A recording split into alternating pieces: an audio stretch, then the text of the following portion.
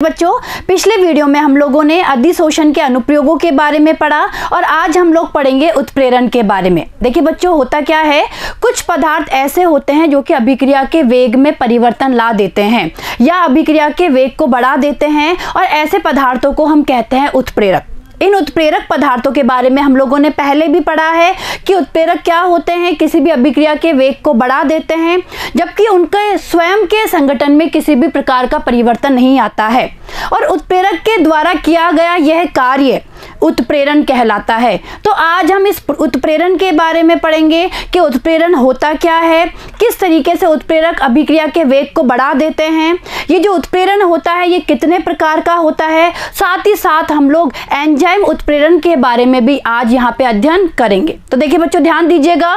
सबसे पहले हम बात कर रहे हैं उत्प्रेरण के बारे में कि उत्प्रेरण होता क्या है। सन 1835 में बर्जीलियस ने उत्प्रेरक पद का सुझाव दिया।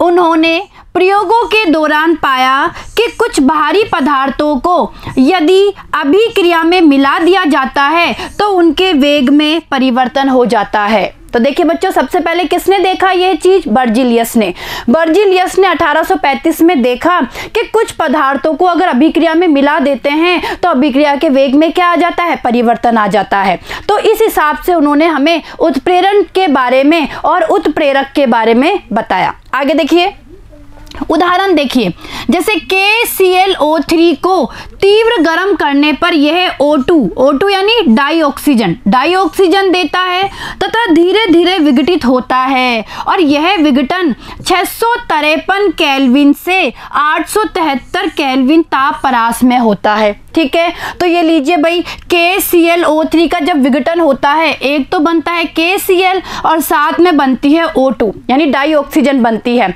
और जो ये अभिक्रिया होती है वो इस टेम्परेचर रेंज में होती है। कहने का मतलब है 653 केल्विन से 873 केल्विन ताप परास में यह अभिक्रिया संपन्न होती है। यदि देखिए बच्चों, यदि उपरोक्त अभिक्रिया में थोड़ा सा MnO2 मिला दिया जाता है तो विघटन निम्न ताप परास में अर्थात 473 से 633 केल्विन पर हो जाता है। तो देखिए बच्चों, क्या हुआ, अगर इसमें MnO2 मिला दिया जाता है तो अब जो विघटन होगा वो निम्न ताप रेंज में हो जाएगा, या कहने का मतलब है कि निम्न ताप परास में, और वो ताप की परास क्या है? 473 से 633 केल्विन पर ही विघटन हो जाता है। ठीक है, एवं अभिक्रिया दर भी पर्याप्त रूप से क्या हो जाती है? बढ़ जाती है। तो कहने का मतलब क्या हुआ कि इस अभिक्रिया में जो ये MnO2 मिलाया गया है, ये MnO2 क्या है? ये उत्प्रेरक है और यहाँ पे उत्प्रेरण का काम कर रहा है, अभिक्रिया के वेग में परिवर्तन कर रहा है। आगे देखिए बच्चों, मिलाए गए MnO2 का द्रव्यमान तथा संगठन अपरिवर्तित रहता है। जो इसमें MnO2 मिलाया गया है इस अभिक्रिया में, उसका ना तो द्रव्यमान परिवर्तित होता है ना ही संगठन परिवर्तित होता है, यानी इनमें किसी भी प्रकार का परिवर्तन नहीं आता है। ये देखिए, ये इसकी अभिक्रिया हो गई और यहाँ पे MnO2 को काम में लिया गया है उत्प्रेरक की तरह। क्लियर है? देखिए, अतः वे पदार्थ जो रासायनिक अभिक्रिया के वेग को परिवर्तित कर देते हैं परंतु स्वयं द्रव्यमान और संगठन की दृष्टि से अभिक्रिया के अंत में अपरिवर्तित रहते हैं, उत्प्रेरक कहलाते हैं और यह क्रिया उत्प्रेरण कहलाती है। तो देखिए बच्चों, क्या हुई परिभाषा कि वे पदार्थ जिनको अभिक्रिया में मिलाने पर अभिक्रिया के वेग में वृद्धि हो जाती है या अभिक्रिया का वेग परिवर्तित हो जाता है लेकिन उनके स्वयं का जो संगठन है उसमें किसी भी प्रकार का परिवर्तन नहीं होता है, ऐसे पदार्थ उत्प्रेरक कहलाते हैं और उनके द्वारा किया गया यह कार्य, यह परिघटना उत्प्रेरण कहलाती है। तो आपको ये चीज समझ में आई होगी कि उत्प्रेरक क्या होता है और उत्प्रेरक उत्प्रेरण का कार्य करता है। आगे देखिए बच्चों, अब हम बात करेंगे वर्धक एवं विषकारक के बारे में कि वर्धक क्या होते हैं और विषकारक क्या होते हैं, ये भी हमें समझना जरूरी है। ध्यान दीजिएगा बच्चों, वे पदार्थ जो उत्प्रेरक की सक्रियता बढ़ा देते हैं वर्धक कहलाते हैं। देखिए बच्चों, कुछ पदार्थ ऐसे होते हैं जो उत्प्रेरक की भी सक्रियता को बढ़ा देते हैं, उन्हें हम कहते हैं उत्प्रेरक वर्धक। या हम उनको वर्धक भी कह सकते हैं। देखिए, जबकि वे पदार्थ जो उत्प्रेरक की सक्रियता को कम कर देते हैं विषकारक कहलाते हैं। और कुछ पदार्थ ऐसे होते हैं जो उत्प्रेरक की सक्रियता को कम कर देते हैं, उन्हें हम क्या बोलते हैं? विषकारक कहते हैं। अब देखिए उदाहरण देख लेते हैं हम लोग। जैसे हैबर प्रक्रम में अमोनिया के उत्पादन में एमओ यानी मोलिब्डेनम, एमओ एफी के यानी आयरन के वर्धक का कार्य करता है। तो देखिए बच्चों, अभिक्रिया देखिए, N2 प्लस 3H2 से बन रहा है 2NH3।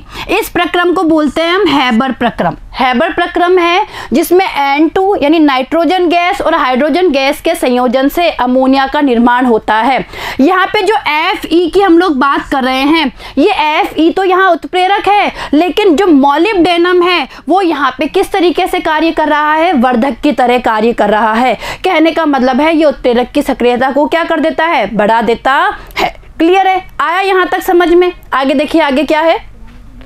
अब हम बात करेंगे उत्प्रेरण के बारे में। देखिए बच्चों कि उत्प्रेरण कितने प्रकार का होता है। देखिए, अभिकारकों व उत्प्रेरकों की भौतिक अवस्थाओं के आधार पर उत्प्रेरण दो प्रकार का होता है। देखिए बच्चों, ध्यान दीजिएगा कि अभिकारकों और जो उत्प्रेरकों की भौतिक अवस्थाएं हैं उनके आधार पर उत्प्रेरण को दो भागों में बांटा गया है। पहला उत्प्रेरण होता है समांगी उत्प्रेरण और दूसरा होता है विषमांगी उत्प्रेरण।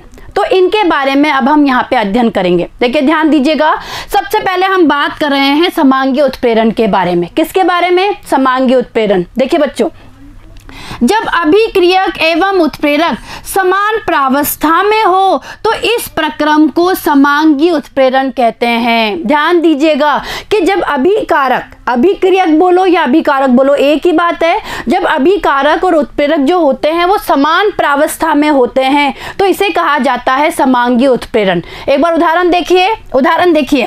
पहला उदाहरण है शर्करा का अम्ल की उपस्थिति में जल अपघटन। देखिए बच्चों, जब शर्करा का अम्ल की उपस्थिति में जल अपघटन किया जाता है, ये देखिए शर्करा का, तो यहाँ बनता है ग्लूकोज और फ्रक्टोज। अगर आप ध्यान से देखेंगे तो देखिए यहाँ पे ये एक्वस फॉर्म में है, ये लिक्विड, ये भी लिक्विड, यानी जो H2SO4 हम उत्प्रेरक काम में ले रहे हैं ये भी लिक्विड, ये एक्वस, ये एक्वस। यानी आपने क्या देखा? कहने का मतलब है यहाँ पे अभिकारक और जो उत्प्रेरक है उनकी प्रावस्था क्या है? समान है, दोनों द्रव प्रावस्था में है। तो ये किस प्रकार का उत्प्रेरण हो गया? ये एक प्रकार से समांगी उत्प्रेरण हुआ। तो देखिए आगे बच्चों, यहाँ उत्प्रेरक एवं क्रियाकारक दोनों द्रव अवस्था में है। अरे भाई, ये भी तो द्रव अवस्था में है, ये एक्वस है यानी जलीय विलयन के रूप में है, ये द्रव प्रावस्था में है। कहने का मतलब है इन दोनों की प्रावस्था कैसी है? द्रव प्रावस्था। और जो हमारा उत्प्रेरक है ये भी कैसा है? द्रव प्रावस्था में है। तो ये हमारा किसका उदाहरण हो गया? ये समांगी उत्प्रेरण का उदाहरण हो गया। आया समझ में? आगे देखिए, दूसरा उदाहरण देखिए बच्चों, हाइड्रोक्लोरिक अम्ल द्वारा प्रदत्त H+ आयनों से मेथिल एसीटेट का जल अपघटन। ये भी समांगी उत्प्रेरण का उदाहरण है। ध्यान दीजिएगा, ये देखिए बच्चों क्या है? ये मेथिल एसीटेट है। मेथिल एसीटेट का HCl की उपस्थिति में, जो HCl है उसकी उपस्थिति में जल अपघटन हो रहा है। तो अब ध्यान से देखिए कि यहाँ पे ये जो अभिकारक है ये भी द्रव प्रावस्था में है और जो ये HCl है ये भी क्या है? द्रव प्रावस्था में है। कहने का मतलब है दोनों की प्रावस्थाएं समान है। तो किसका उदाहरण हो गया? समांगी उत्प्रेरण का। तो ये समांगी उत्प्रेरण आपको समझ में आया होगा कि जब क्रियाकारकों और उत्प्रेरकों दोनों की प्रावस्थाएं समान होती है तो इस प्रकार के उत्प्रेरण को समांगी उत्प्रेरण कहा जाता है। अब आगे देखते हैं। अब हम बात करेंगे विषमांगी उत्प्रेरण के बारे में कि विषमांगी उत्प्रेरण क्या होता है। देखिए बच्चों ध्यान दीजिएगा, जब अभिकारक एवं उत्प्रेरक भिन्न भिन्न अवस्था में होते हैं तो इसे विषमांगी उत्प्रेरण कहते हैं। यानी जब अभिकारक और उत्प्रेरक दोनों की प्रावस्था समान नहीं होती है तब कहा जाता है विषमांगी उत्प्रेरण। तो देखिए उदाहरण समझना विषमांगी उत्प्रेरण का। उदाहरण देखिए बच्चों, पहला उदाहरण क्या है? प्लेटिनम की उपस्थिति में सल्फर डाइऑक्साइड का सल्फर ट्राइऑक्साइड में ऑक्सीकरण ऑक्सीकरण। तो देखिए इसकी अभिक्रिया देख लेते हैं हम लोग। लीजिए भाई SO2 सल्फर डाइऑक्साइड है, प्लेटिनम उत्प्रेरक की उपस्थिति में ये बदल रहा है सल्फर ट्राइऑक्साइड में। ठीक है, अब ध्यान से देखिए ये अभिकारक यहाँ पे गैसीय अवस्था में है, जबकि जो उत्प्रेरक है वो यहाँ पे ठोस अवस्था में है। वापस देखिए बच्चों ध्यान दीजिए, अगर हम इस अभिक्रिया की बात करें, यहाँ पे सल्फर डाइऑक्साइड सल्फर ट्राइऑक्साइड में बदल रहा है और प्लेटिनम यहाँ उत्प्रेरक की तरह व्यवहार कर रहा है। अब आप देखेंगे जो ये अभिकारक है, जो सल्फर डाइऑक्साइड है, ये G लिखा हुआ है। G का मतलब है ये यहाँ पे गैसीय प्रावस्था में है। और अगर आप इसकी बात करेंगे उत्प्रेरक की, ये प्लेटिनम यहाँ ब्रैकेट में लिखा हुआ है S का मतलब होता है सॉलिड, यानी ठोस अवस्था में है। तो आप लोग ध्यान से देखिए कि अभिकारक तो गैस अवस्था में है और उत्प्रेरक यहाँ पे ठोस अवस्था में है, यानी कहने का मतलब है क्रियाकारक और उत्प्रेरक दोनों की प्रावस्था अलग अलग है और इसे कहा जाता है विषमांगी उत्प्रेरक। क्लियर है? आई ये बात समझ में? आगे देखिए दूसरा उदाहरण देखिए इसका। ओस्टवाल्ड प्रक्रम में प्लेटिनम गेज की उपस्थिति में अमोनिया का नाइट्रिक ऑक्साइड में ऑक्सीकरण। तो देखिए बच्चों ये भी विषमांगी उत्प्रेरण का उदाहरण है। देखिए यहाँ पे ये अमोनिया है और ये O2 ऑक्सीजन है और यहाँ पे ये जो प्लेटिनम है ये यहाँ पे क्या है? उत्प्रेरक है। क्लियर है? आया समझ में? और यहाँ पे ये देखिए ये NO बन रहा है और ये जल बन रहा है।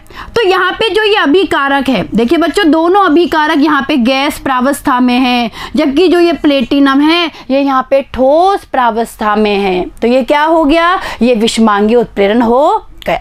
क्लियर है? आपको यहाँ तक का समझ में आया होगा। आगे देखते हैं बच्चों आगे क्या है।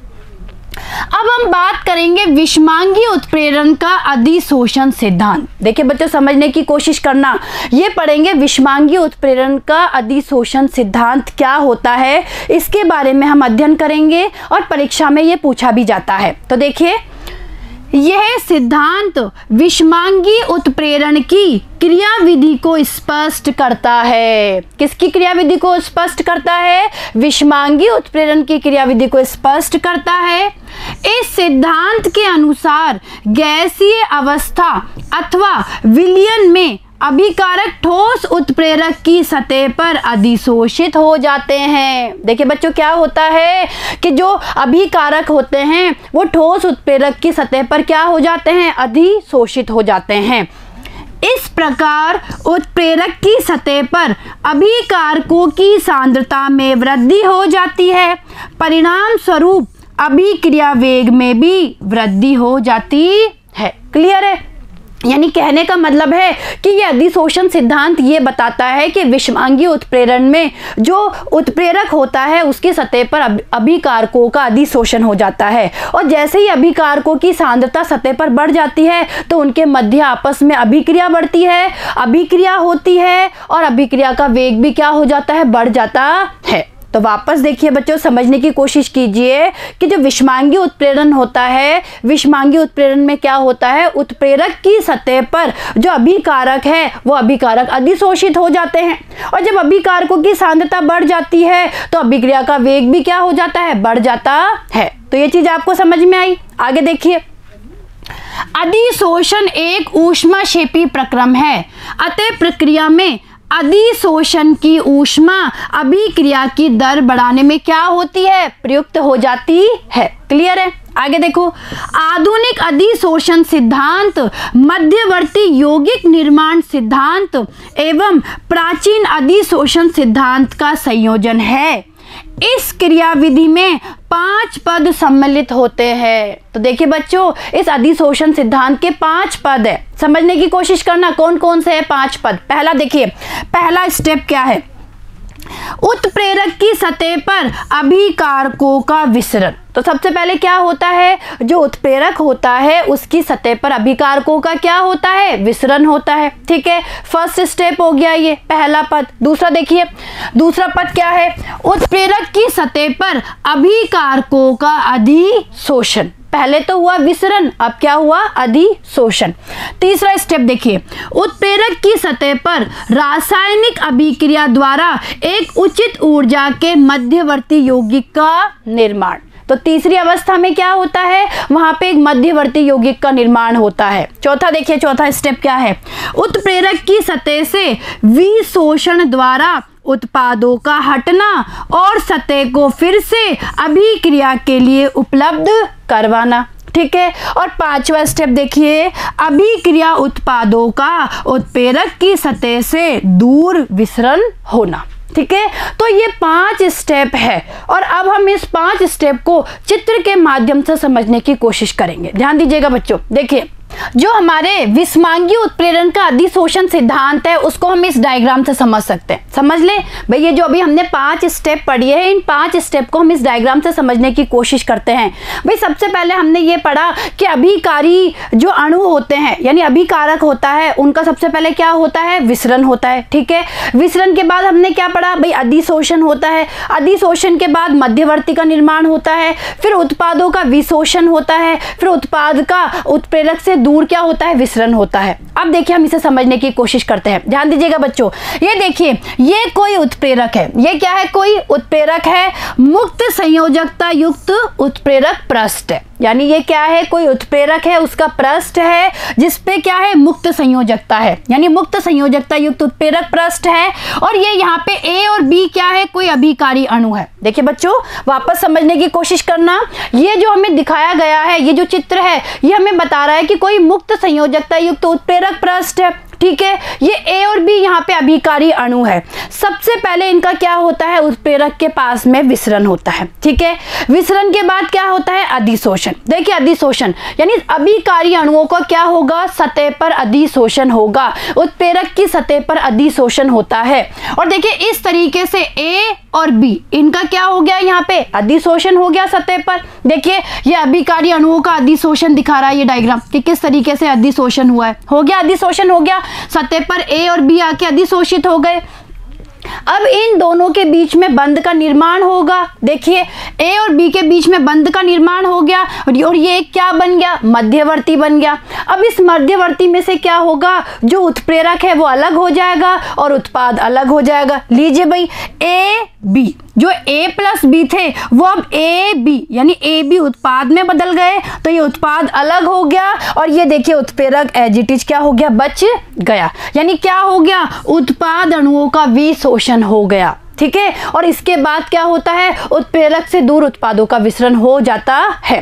तो इस चित्र के माध्यम से हम विषमांगीय उत्प्रेरण के अधिशोषण सिद्धांत को और अच्छे से समझ सकते हैं। तो ये आपको समझ में आया होगा। आगे देखिए, उत्प्रेरक की सतह पर मुक्त संयोजकताएं होती है जो रासायनिक आकर्षण बलों के लिए स्थान उपलब्ध करवाती है। तो देखिए बच्चों, ऐसा होता क्यों है, ऐसा इसलिए होता है कि जो उत्प्रेरक की सतह होती है उन पर मुक्त संयोजकताएं होती है जो रासायनिक आकर्षण बलों के लिए क्या करवाती है, स्थान उपलब्ध करवाती है। क्लियर है। आगे देखिए, जब कोई गैस एक ऐसी जगह संपर्क में आती है तो इसके अणु शिथिल रासायनिक संयोजन के कारण वहां बंध जाते हैं और यदि अलग अलग प्रकार के अणु पास पास अधिशोषित हो जाते हैं तो एक दूसरे से अभिक्रिया करके क्या बना लेते हैं, अणु बना लेते हैं। क्लियर है। आया समझ में आपको किस तरीके अधिशोषण सिद्धांत कार्य करता है। आगे देखिए,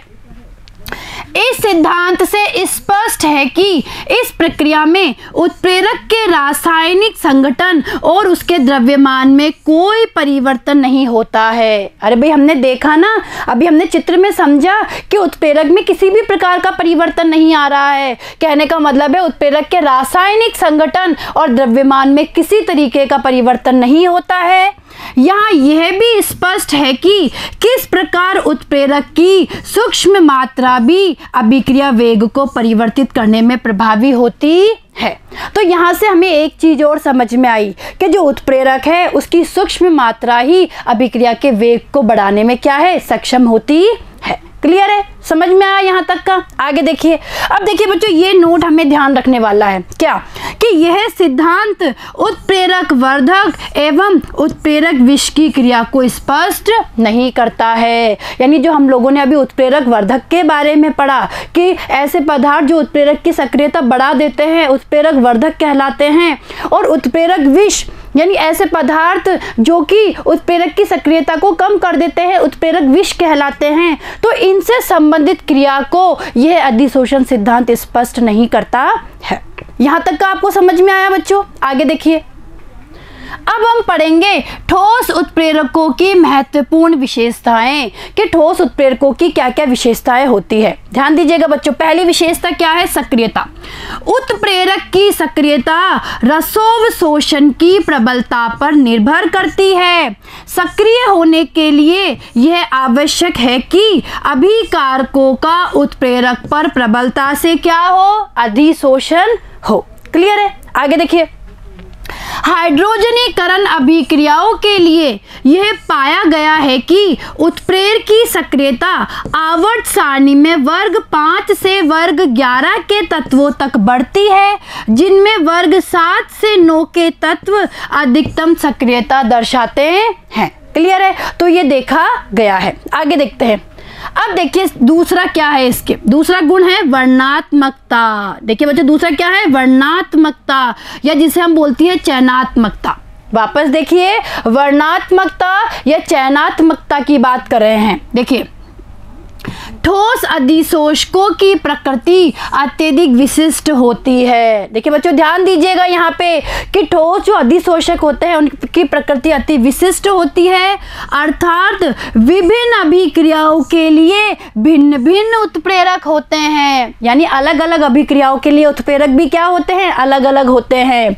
अभिकारकों के समान होने पर भी भिन्न भिन्न उत्प्रेरकों की उपस्थिति से भिन्न भिन्न उत्पाद प्राप्त होते हैं। देखिए बच्चों, ध्यान दीजिएगा, मान लो अगर अभिकारक समान है, अगर अभिकारक क्या है? समान है, तो अलग अलग उत्प्रेरक की उपस्थिति में जो हमें उत्पाद प्राप्त होगा वो भी क्या प्राप्त होगा? अलग अलग प्राप्त होगा। अब हम इसे एक अभिक्रिया से समझ सकते हैं। देखिए, इन उदाहरणों से हम इसे समझ सकते हैं। देखिए, पहला देखिए CO+3H2, ठीक है। देखिए यहाँ पे CO+3H2 निकेल उत्प्रेरक की उपस्थिति में CH4 यानी मैथेन बन रहा है। CH4 और H2O का निर्माण हो रहा है, ठीक है। दूसरा देखिए CO+2H2, यहाँ पे ये उत्प्रेरक है Cu और साथ में लिया है ZnOCr2O3 और यहाँ पे बन रहा है CH3OH, मैथेनॉल बन रहा है। आगे देखिए तीसरा उदाहरण क्या है? CO+H2, यहाँ पे कॉपर को लिया है उत्प्रेरक के रूप में और ये बन रहा है HCHO बन रहा है। तो देखिए बच्चों, ध्यान से देखिए आप लोग कि इन तीनों उदाहरणों में अभिकारक समान है। यहाँ पे भी CO और H2 के बीच में अभिक्रिया हो रही है, यहाँ भी CO+H2 के बीच में अभिक्रिया हो रही है और इसमें भी CO+H2 के बीच में अभिक्रिया हो रही है। लेकिन यहाँ पे जो उत्प्रेरक लिए गए हैं वो अलग अलग उत्प्रेरक लिए गए हैं और अलग अलग उत्प्रेरक लेने के कारण जो हमें ये उत्पाद मिल रहे हैं, ये तीनों अभिक्रियाओं के उत्पाद भी हमें क्या मिल रहे हैं? अलग अलग मिल रहे हैं। तो ये बात आपको समझ में आई होगी। आगे देखिए, अतः यह निष्कर्ष निकाला जा सकता है कि उत्प्रेरक के कार्य की प्रकृति अत्यधिक विशिष्ट होती है। यानी जो उत्प्रेरक की कार्य विधि होती है वो कैसी होती है? बहुत ही विशिष्ट होती है। क्लियर है? आया समझ में आपको ये? आगे देखिए, जियोलाइटों का आकार वर्णात्मक उत्प्रेरक। अब हम बेटा जियोलाइटों के बारे में पढ़ेंगे कि जो जियोलाइट होते हैं वो आकार वर्णात्मक उत्प्रेरक होते हैं। तो देखिए, धातुओं के एल्यूमिनोसिलिकेटों को जियोलाइट कहते हैं। इनकी संरचना मधुमक्खी के छत्ते के समान होती है। ये त्रिविमीय नेटवर्क वाले सूक्ष्म रंध्री एल्यूमिनोसिलिकेट होते हैं। इनमें कुछ सिलिकॉन परमाणु एल्यूमिनियम के परमाणुओं द्वारा प्रतिस्थापित होकर AlOSi यानी इस प्रकार से बंध बनता है, यानी ये ढांचा बनाते हैं। तो देखिए बच्चों, जियोलाइट क्या होते हैं? जियोलाइट होते हैं एल्यूमिनोसिलिकेट। क्या होते हैं? एल्यूमिनोसिलिकेट होते हैं। इनकी जो संरचना होती है मधुमक्खी के छत्ते के समान होती है, यानी इनकी सतह पर छोटे छोटे छिद्र पाए जाते हैं। क्लियर है? आगे देखिए, इनमें होने वाली अभिक्रियाएं अभिकारक तथा उत्पाद अणुओं के आकार एवं आकृति के साथ साथ जियोलाइट के सरंध्रों एवं कोटरों पर निर्भर करती है। तो देखिए बच्चों, इनकी सतह पर जो अभिक्रियाएं होती है, यानी जियोलाइट के द्वारा जो अभिक्रियाएं होती है, वो उत्पाद और अभिकारक अणुओं के आकार पर तो निर्भर करती है, साथ ही साथ जियोलाइट की सतह पर जो कोटर उपस्थित है, जो रंध्र उपस्थित है, उन पर भी क्या करती है, निर्भर करती है। आगे देखिए, अतः इन्हें आकार वर्णात्मक उत्प्रेरक कहते हैं। इसीलिए इनको क्या कहा जाता है, आकार वर्णात्मक उत्प्रेरक कहा जाता है। क्लियर है? आगे देखो, उदाहरण देखिए, ZSM5। देखिए बच्चों, ZSM5 नामक जियोलाइट उत्प्रेरक का उपयोग पेट्रोलियम उद्योग में किया जाता है। इसके द्वारा अल्कोहल को गैसोलीन में बदला जाता है। तो देखिए बच्चों, ये कैसा उत्प्रेरक हो गया, ये आकार वर्णात्मक उत्प्रेरक हो गया। ये ZSM5 ये एक जियोलाइट है। तो आप लोगों को समझ में आया कि जो जियोलाइट होते हैं उनकी संरचना मधुमक्खी के छत्ते के समान होती है। इनकी सतह पर कोटर या सरंध्र पाए जाते हैं। तो इनके द्वारा होने वाली जो अभिक्रियाएं हैं, या हम ये कह सकते हैं कि इनके द्वारा जो उत्प्रेरित अभिक्रियाएं हैं, वो अभिकारक और उत्पादों के आकार के साथ साथ इन कोटर और सरंध्रों के ऊपर भी क्या करती है, निर्भर करती है। तो यहाँ तक की बात आपको समझ में आई होगी। क्लियर है? आगे बढ़े, आगे देखिए। अब देखिए, अब हम लोग पढ़ेंगे एंजाइम उत्प्रेरण के बारे में। देखिए बच्चों, ध्यान दीजिएगा, एंजाइम उत्प्रेरण क्या होते हैं। एंजाइम उच्च अणुभार वाले नाइट्रोजन युक्त जटिल कार्बनिक यौगिक अर्थात प्रोटीन होते हैं। ये जैव कोशिकाओं में बनते हैं, अतः इन्हें जैव उत्प्रेरक भी कहते हैं। तो एंजाइम क्या होते हैं बच्चों, देखिए, एंजाइम जैव उत्प्रेरक होते हैं जो कि जैव कोशिकाओं में बनते हैं। आगे देखिए, रासायनिक अभिक्रियाओं का एंजाइमों द्वारा उत्प्रेरण एंजाइम उत्प्रेरण कहलाता है। इसे जैव रासायनिक उत्प्रेरण भी कहते हैं। तो देखिए बच्चों, समझने की कोशिश करना कि जो ये एंजाइम उत्प्रेरण होते हैं, यानी एंजाइम उत्प्रेरण का मतलब है कि जो ये एंजाइम होते हैं, ये एक तरीके से प्रोटीन होते हैं। ये किसी भी जीवों के शरीर में बनने वाले एंजाइम्स होते हैं, या जीवों के शरीर में बनने वाले जैव रासायनिक यौगिक होते हैं, जो कि किसी भी जैव रासायनिक अभिक्रिया के वेग में क्या कर देते हैं, परिवर्तन कर देते हैं।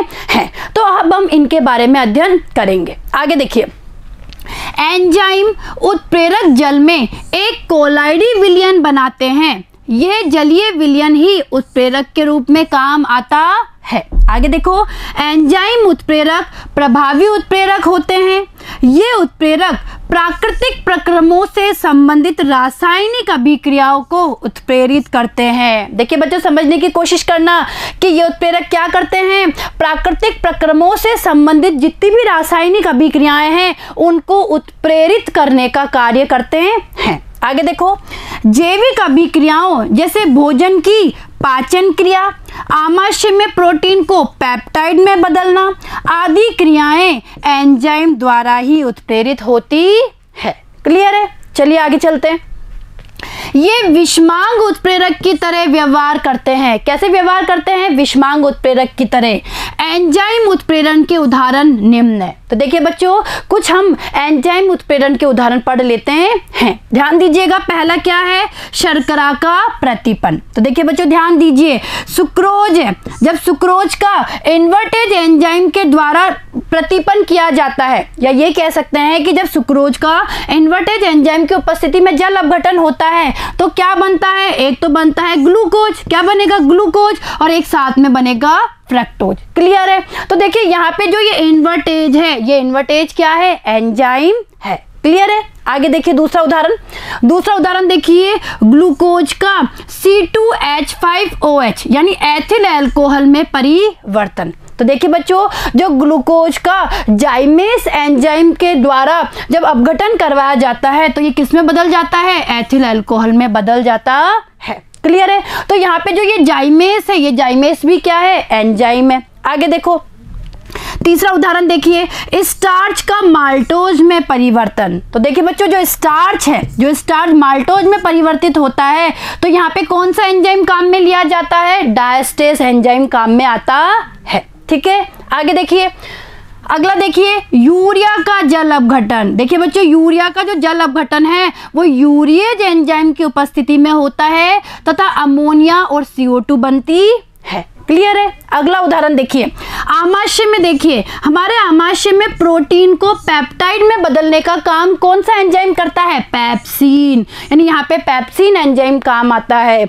इसी तरीके से हम हमारे आंतों में अगर बात करें तो आंतों में प्रोटीन को एमिनो अम्ल में बदलने के लिए जो एंजाइम काम आता है वो कौन सा होता है? ट्रिप्सिन होता है। अगला उदाहरण देखिए बच्चों, दुग्ध का दही में परिवर्तन, यानी जो हमारा दूध दही में बदलता है उसमें भी हमारे एंजाइम का योगदान होता है, यानी ये भी एंजाइम के द्वारा होने वाली क्रिया है। तो ध्यान दीजिएगा, यह भी एक एंजाइम द्वारा संपन्न होने वाली प्रक्रिया है। यह दही में उपस्थित लैक्टोबैसिलस एंजाइम द्वारा संपन्न होती है। तो देखिए बच्चों, ध्यान दीजिएगा कि जो दूध का दही में परिवर्तन होता है वो किसके द्वारा होता है? लैक्टोबैसिलस एंजाइम के द्वारा होता है। तो कौन सा एंजाइम है? Lactobacillus enzyme. क्लियर है? आई बात समझ में? तो ये हम लोग एंजाइमों के उदाहरण पढ़ रहे हैं। आगे देखिए, अब हम पढ़ेंगे एंजाइम उत्प्रेरण के अभिलक्षण, कि एंजाइम उत्प्रेरण के क्या अभिलक्षण होते हैं। ध्यान दीजिएगा, पहला सर्वोत्तम दक्षता। देखिए बच्चों, एंजाइम सबसे अधिक प्रभावी उत्प्रेरक होते हैं क्योंकि ये अन्य उत्प्रेरकों की तुलना में अभिक्रिया की सक्रियण ऊर्जा को बहुत कम कर देते हैं, जिससे अभिक्रिया अत्यधिक वेग से संपन्न होने लगती है। ठीक है, आगे देखो, एंजाइम का एक अणु क्रियाकारकों के लाखों अणुओं को 1 मिनट में क्रियाफल में बदल सकता है। ठीक है, यानी इनकी दक्षता क्या होती है? सर्वोत्तम दक्षता होती है। आगे देखिए, दूसरा देखिए, उच्च विशिष्टतम प्रकृति। एंजाइमों की प्रकृति विशिष्ट होती है। कोई एक एंजाइम किसी एक विशिष्ट अभिक्रिया को ही उत्प्रेरित कर सकता है, यानी इनकी प्रकृति क्या होती है? विशिष्टतम होती है। उदाहरण देखिए, यूरियस एंजाइम केवल यूरिया के जल अपघटन की अभिक्रिया को उत्प्रेरित कर सकता है, अन्य किसी अभिक्रिया को नहीं। ठीक है, अगला देखिए, ग्लूकोज का एथिल अल्कोहल में परिवर्तन। देखिए दूसरा उदाहरण, भाई ग्लूकोज का जो एथिल अल्कोहल में परिवर्तन है वो केवल जाइमेस एंजाइम की उपस्थिति में ही क्या होता है? संभव होता है। ठीक है, अब देखिए तीसरा गुण देखिए एंजाइमों का, इष्टतम ताप, यानी अनुकूलतम ताप। तो देखिए बच्चों, एंजाइम की सक्रियता ताप पर निर्भर करती है। ये 25 डिग्री सेंटीग्रेड से 37 डिग्री सेंटीग्रेड, यानी 298 से 310 केल्विन ताप पर सर्वाधिक सक्रिय होते हैं। इसमें ताप घटने या बढ़ने पर इनकी सक्रियता घटने लगती है और 70 डिग्री सेंटीग्रेड, यानी 343 केल्विन पर ये स्कंदित होकर क्या हो जाते हैं? नष्ट हो जाते हैं। यानी कहने का मतलब है इनके लिए एक अनुकूलतम ताप होता है। आगे देखिए, अतः 25 से 35 डिग्री सेंटीग्रेड ताप को अनुकूलतम ताप अथवा इष्टतम ताप कहलाता है। यानी कहने का मतलब है कि 25 से 35 डिग्री सेंटीग्रेड जो ताप है वही अनुकूलतम ताप कहलाता है, जो एंजाइमों के लिए अनुकूल होता है। आगे देखो, चौथा है इष्टतम पीएच, यानी अनुकूलतम पीएच। देखिए बच्चों, एंजाइम की सक्रियता पीएच पर भी निर्भर करती है। एक निश्चित पीएच पर इनकी सक्रियता सर्वाधिक होती है, जिसे अनुकूलतम पीएच कहते हैं। अनुकूलतम पीएच का मान 5 से 7 पीएच तक होता है और मानव शरीर के लिए यह पीएच का मान 7.4 होता है। ठीक है, आगे देखिए, अगला है सक्रिय तथा सह एंजाइम। देखिए बच्चों, कुछ अन्य पदार्थ जैसे विटामिन, प्रोटीन, धातु आयन, देखिए कौन कौन से धातु आयन है? Cu+2, Ni+2, Na+, Mn+2 आदि की उपस्थिति में एंजाइमों की सक्रियता में वृद्धि हो जाती है और इन पदार्थों को सक्रिय कारक या सह एंजाइम कहते हैं। हैं।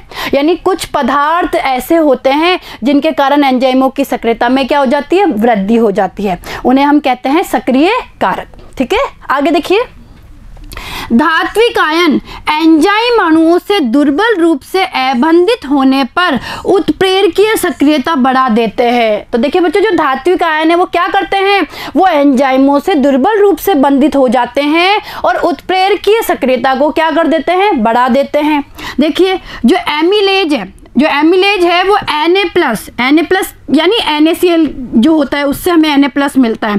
तो एमिलेज जो एंजाइम है वो Na+ की उपस्थिति में अत्यधिक सक्रिय होता है। ठीक है, अगला देखिए, संदमक एवं विष। कुछ पदार्थों की उपस्थिति से एंजाइमों की सक्रियता में कमी आ जाती है, अर्थात वे संदमित एवं विषाक्त हो जाते हैं। उदाहरण के लिए देखिए HCN, CS2 आदि। यानी देखिए बच्चों, कुछ समूह या कुछ पदार्थ ऐसे होते हैं जो कि एंजाइमों की सक्रियता में कमी ला देते हैं, जिन्हें हम संदमक या विष कहते हैं। क्लियर है, आई बात समझ में यहाँ तक की? आगे देखिए, एंजाइमों की सक्रियता को कम कर देते हैं। देखिए बच्चों, ये इसके आगे ही है भाई, HCN, CS2 आदि एंजाइमों की सक्रियता को कम कर देते हैं, इन्हें संदमक अथवा विष कहते हैं। ये पदार्थ एंजाइम की सतह पर उपस्थित सक्रिय क्रियात्मक समूह से अन्योन्य क्रिया करके एंजाइमों की सक्रियता को कम अथवा नष्ट कर देते हैं। क्लियर है, आई बात समझ में? आगे देखिए, अब हम पढ़ेंगे एंजाइम उत्प्रेरण की क्रियाविधि। देखिए बच्चों, एंजाइम उत्प्रेरण की क्रियाविधि को समझने की कोशिश करना, यहाँ से भी कभी कभी परीक्षा में प्रश्न बनते हैं। देखिए, जैसा कि पहले बताया गया है कि एंजाइम का कोलाइडी विलयन उत्प्रेरक का कार्य करता है। एंजाइम के इन कोलाइडी कणों की सतह पर बहुत सी गुहिकाएं, यानी जिन्हें हम कोटर भी कह सकते हैं, गुहिकाएं, कोटर या कैविटी होती है। इन कैविटी में सक्रिय समूह जैसे NH2, COOH, SHOH यानी ये सक्रिय समूह आदि होते हैं। ये निश्चित आकृति के होते हैं, यानी एक समूह होते हैं जो कि निश्चित आकृति के होते हैं। आगे देखिए, ये वे अभिकारक अणु जिनकी परिपूरक आकृति होती है, इन कैविटी में एक ताले की चाबी के समान फिट हो जाती है। ठीक है, तो देखिए, जो सक्रिय समूह से क्रिया करके सक्रिय संकुल बनाते हैं, जो विघटित होकर उत्पाद बनाते हैं, और ये संपूर्ण प्रक्रिया 2 पदों में संपन्न होती है। तो देखिए बच्चों, यहाँ पे 2 पदों में प्रक्रिया संपन्न होती है। इसमें क्या होता है, उत्प्रेरक की सतह पर जो छोटे छोटे कोटर होते हैं, उस कोटर में वही अभिकारक फिट होते हैं जिनकी आकृति उसकी क्या होती है, परिपूरक होती है। यानी जिस तरीके से किसी ताले की एक फिक्स चाबी होती है, यानी कोई ताला है वो उसी की चाबी से खुलता है, उसी प्रकार कोई जो एंजाइम है वो उसी से संबंधित अभिकारक के साथ ही क्या करता है, क्रिया करता है या जुड़ता है। आगे देखिए, तो देखिए संपूर्ण अभिक्रिया 2 पद में पूरी होती है। पहला पद देखिए, पहले पद में एंजाइम और अभिकारक। देखिए बच्चों, अभिकारक को यहाँ S से दिखाया गया है, तो एंजाइम और अभिकारक आपस में जुड़ के एंजाइम अभिकारक संकुल, ये ES यानी एंजाइम अभिकारक संकुल बनाते हैं। ये पहले पद में होता है। और दूसरे पद में ये जो एंजाइम अभिकारक संकुल है ये टूट जाता है एंजाइम और उत्पाद में। E से तो एंजाइम और P से यहाँ क्या है, उत्पाद में टूट जाता है। ठीक है, आई बात समझ में किस तरीके से 2 स्टेप में यह प्रक्रिया होती है। आगे देखिए, देखिए बच्चों, इस डायग्राम से हम इसे और अच्छे से समझ सकते हैं। देखिए बच्चों, ध्यान दीजिएगा, ये यहाँ पे क्या है, ये एंजाइम है। ये संरचना किसको बता रहा है, एंजाइम को, यानी उत्प्रेरक, क्योंकि एंजाइम जैव उत्प्रेरक होते हैं। देखिए, ठीक है, और ये संरचना बताई हुई है किसकी, ये जो संरचना है ये क्रिया कारक की है, जिसे क्रियाधार या अभिक्रियक भी कहते हैं। ठीक है, अब देखिए, जो एंजाइम है और जो अभिकारक है, वही अभिकारक और एंजाइम आपस में जुड़कर क्रियाकारक एंजाइम संकुल का निर्माण करेंगे, जिनकी की आकृति क्या होती है, एक दूसरे की परिपूरक होती है। तो देखिए यहाँ पे ये जो एंजाइम है ये इसमें आसानी से क्या हो सकता है, फिट हो सकता है। ठीक है, यानी कहने का मतलब है एंजाइम और ये जो क्रियाधार है, ये जो अभिकारक है, ये दोनों आपस में जुड़कर एक संकुल का निर्माण करेंगे, यानी एंजाइम क्रियाधार संकुल बनाएंगे, जिसे एंजाइम अभिकारक संकुल भी कह सकते हैं। भाई हमने पढ़ा ना, ये पहला पद होता है। पहले पद में क्या होता है कि जो एंजाइम है और अभिकारक है वो आपस में जुड़कर एंजाइम अभिकारक संकुल का निर्माण करते हैं। लीजिए भाई, एंजाइम अभिकारक संकुल बन गया। अब ये जो एंजाइम अभिकारक संकुल है ये अब टूट जाएगा किसमें, एंजाइम में और उत्पाद में। क्लियर है, यानी कहने का मतलब है एंजाइम तो ऐसे कैसे बच जाएगा और जो हमारा अभिकारक है वो किस में बदल गया, उत्पाद में बदल गया। तो इस तरीके से 2 स्टेप में अभिक्रिया हो गई। पहली स्टेप में देखिए, ये इस तरीके से एंजाइम और अभिकारक ने मिलकर संकुल बनाया और ये संकुल टूट गया एंजाइम में और उत्पाद में। तो इस डायग्राम से हम इस क्रियाविधि को और अच्छे से समझ सकते हैं। तो ये आपको समझ में आया होगा। ठीक है, आगे देखिए, अब हम बात करेंगे उद्योगों में उत्प्रेरण के बारे में। देखिए बच्चों, क्या है कि जो आज उद्योग है हमारे उद्योगों में भी अभिक्रिया के वेग को बढ़ाने के लिए उत्प्रेरकों को काम में लिया जाता है। तो यहाँ पे कुछ उद्योगों से संबंधित उत्प्रेरक के बारे में हम लोग पढ़ेंगे। तो देखिए, उद्योगों में उत्प्रेरक, देखिए बच्चों ध्यान दीजिएगा। अमोनिया उत्पादन के लिए हॉबर प्रक्रम, यानी अमोनिया उत्पादन का जो हॉबर प्रक्रम होता है, जिसमें N2 और 3H2 से 2NH3 बनती है, उसमें देखिए बच्चों ध्यान दीजिएगा, यहाँ पे सूक्ष्म विभाजित लोहा मोलिब्डेनम वर्धक के रूप में, यानी इसे उत्प्रेरक के रूप में काम में लिया जाता है। और अवस्थाएं देखिए, 200 बार दाब तथा 723 से 773 केल्विन ताप। ठीक है, तो ये यहाँ पे प्रयुक्त होता है हॉबर प्रक्रम में। और देखिए, आजकल आयरन ऑक्साइड, पोटेशियम ऑक्साइड और एल्यूमिनियम का मिश्रण क्या होता है, प्रयुक्त होता है। ठीक है, दूसरा देखिए, दूसरा बात कर रहे हैं नाइट्रिक अम्ल के उत्पादन के लिए ओस्टवाल्ड प्रक्रम में। देखिए बच्चों, नाइट्रिक अम्ल के उत्पादन के लिए जो ओस्टवाल्ड प्रक्रम है, उस ओस्टवाल्ड प्रक्रम में प्लेटिनीकृत एस्बेस्टोस को यूज में लिया जाता है और ताप रखा जाता है 573 केल्विन। तो यहाँ पे जो ये प्लेटिनीकृत एस्बेस्टोस है, ये यहाँ पे उत्प्रेरक की तरह काम करता है। क्लियर है, आगे देखिए, तीसरा देखिए, सल्फ्यूरिक अम्ल के उत्पादन के लिए संस्पर्श प्रक्रम, जिसे कांटेक्ट प्रोसेस भी कहते हैं। तो देखिए बच्चों, इसके लिए यहाँ पे प्लेटिनीकृत एस्बेस्टोस या वैनेडियम पेंटाऑक्साइड यानी V2O5, इन्हें उत्प्रेरक के रूप में काम में लेते हैं। ताप रखा जाता है 673 केल्विन से 723 केल्विन। इस ताप पे ये प्रक्रिया संपन्न होती है। तो देखिए बच्चों, आपको उद्योगों में उत्प्रेरण भी समझ में आया होगा कि हमारे उद्योगों में भी कौन कौन से उत्प्रेरकों को काम में लिया जाता है। तो देखिए बच्चों, आज हम लोगों ने उत्प्रेरक के बारे में पढ़ा, साथ ही साथ हमने उत्प्रेरण के बारे में पढ़ा, उत्प्रेरण के प्रकारों के बारे में अध्ययन किया और उसके साथ साथ एंजाइम उत्प्रेरण और उसके अधिशोषण सिद्धांत को भी हमने समझा। और ये चीज़ आपको आज बहुत अच्छे से समझ में आई होगी और यहाँ से प्रश्न भी बनते हैं। अब देखिए बच्चों, इसके आगे के जो टॉपिक्स है उनके बारे में हम हमारे नेक्स्ट वीडियो में चर्चा करेंगे। ठीक है, धन्यवाद।